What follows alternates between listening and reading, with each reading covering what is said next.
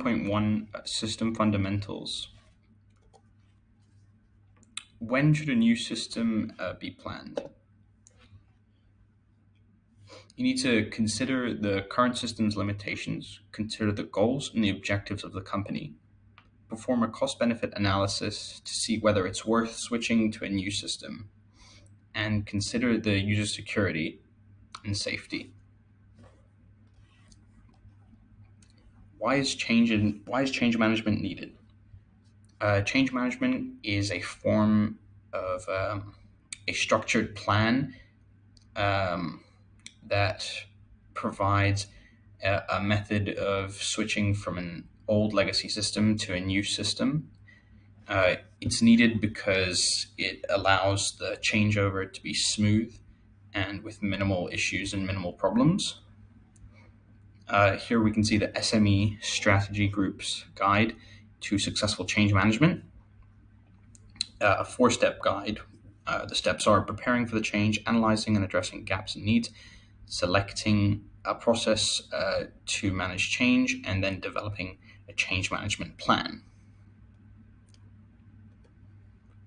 Compatibility issues with legacy systems or mergers. So what is compatibility? Compatibility can be defined as how well a system works and cooperates with another system. So legacy systems tend to not be as compatible with new systems due to their new technologies and new designs. They tend to have different data structures or data formats. And when businesses merge, they often need to change and update the systems that they're using so that there can be a smooth data transfer with minimal errors or data loss between the businesses.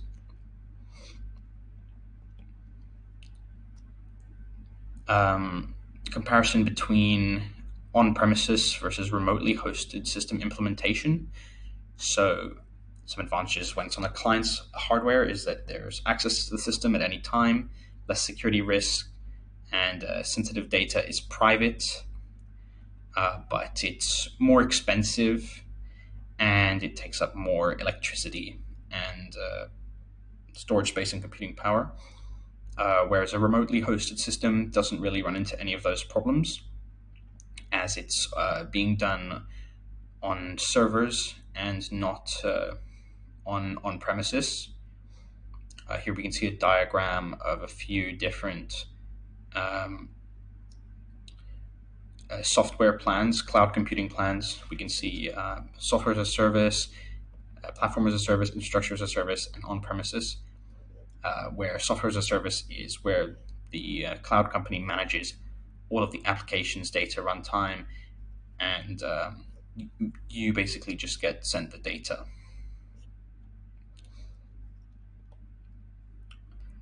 Alternative installation processes. So there are four main ways of doing a system changeover. You have direct, where it's an immediate changeover from the old system to the new system. Parallel, where you have the old system and the new system running at the same time for a duration, which allows you to see if there are any errors or if there are any problems with the new system. You have pilot operation or a pilot changeover, which is where a certain area of the company tries out the new system to see if it's to see that it works well and that there's no issues or large problems with it. And then phased operation, where modules of the system are changed over a period of time, where each different part of the old system is gradually replaced by a different part of the new system.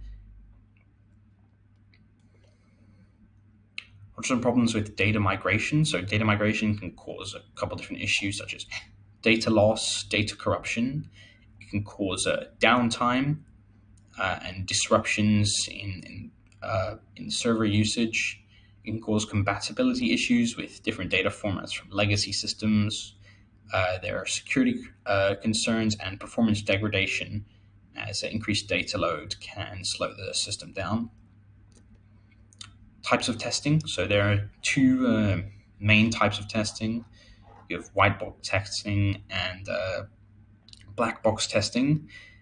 White box is when the tester is given full information and access to the code's design and how it works and how it's structured, and they need to try and find any inefficiencies or problems with the design.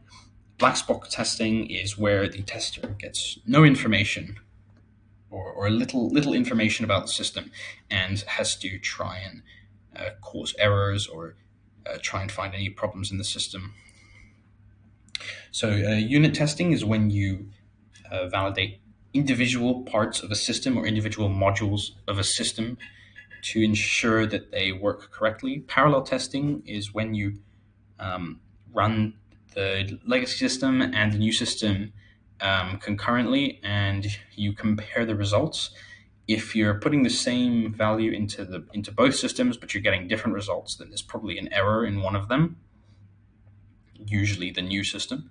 And user acceptance testing, which is where the end user is questioned and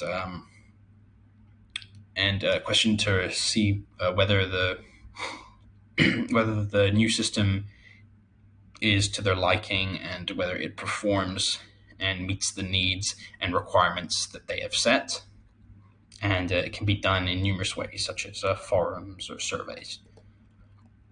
Importance of user documentation. So, user documentation, it provides a training aid. It allows people to learn how to use the system, reference material, and it also reduces the burden on support support staff, as hopefully users will be able to sort out any problems that they have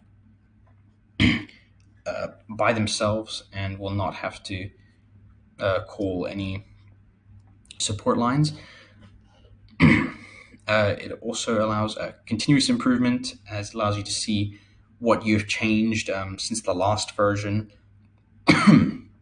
what you've improved. Compliance and auditing and user satisfaction. Clear and organized documentation allows the user to easily understand how the program works and therefore be more efficient and be happier with the end experience and the end product. How do we provide user documentation? So there are many different ways, but some three of them are manuals, remote access, and embedded support. Manuals, but you know what a manual is, hopefully. But the problems with them is that if the system gets updated, then you can't really update a book. So the manual becomes invalid or at least not accurate to the latest version of the system. Remote access is when a customer support employee accesses the user's device remotely and sorts out any problem. I mean, this is a benefit because it allows a specialist to try and diagnose any problems with the system or any issues that the user is having without them having to bring it to a shop. And embedded support, which is sort of like manuals, but it's an online document and it allows it to be updated. The problems with it is that it might not be specific enough for certain problems that users might have. Methods of delivering user training. So there are two main methods, which is online training and formal classes. Online training is generally being used more and more nowadays, mainly due to COVID and what that caused. And that's basically when you join the class online and you get taught online.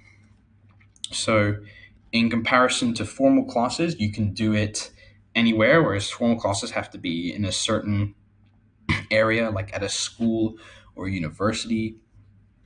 Formal classes tend to be more expensive and they have a rigid schedule and curriculum, but it allows